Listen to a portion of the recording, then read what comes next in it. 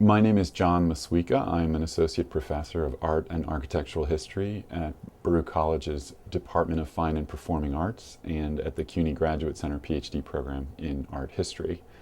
I work on a project called Hypercities, which has been supported by BCTC over a couple of years,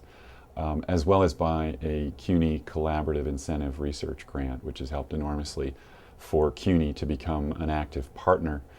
in a multi-institutional web-based platform called Hypercities at hypercities.com. The whole purpose of the project is to involve many different institutions in a collaborative effort to educate students about historical mapping of cities and social technologies and the creation of media objects that are stored in the maps through an innovative database, but are also accessing the digital assets of various libraries and archives that have agreed to cooperate with the Hypercities program.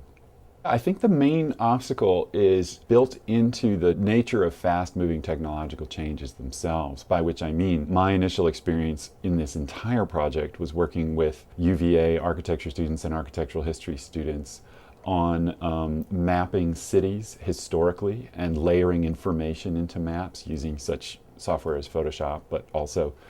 historical research skills. So the obstacles, I would say, have most to do with the learning curve that you have as platforms evolve and you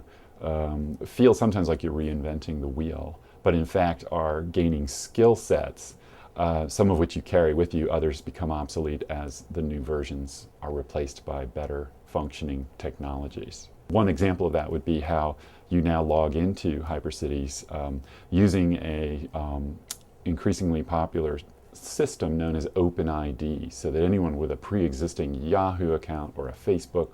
account or a Google or Gmail account can log in with an already existing account, so that Hypercities is not acquiring any unique information but is using existing social technologies. I have been working with Arthur Downing. Madeline Fix was helpful. Some people over at the Schwartz Communication Institute have been very interested in the ongoing development of the project, and they've been helpful as well.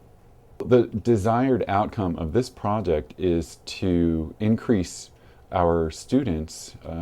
media literacy, as I like to call it, which is to say that they learn how to create and upload diverse media objects that are embedded within maps and can be placed in a kind of narrative mode to create not so much research papers as multimedia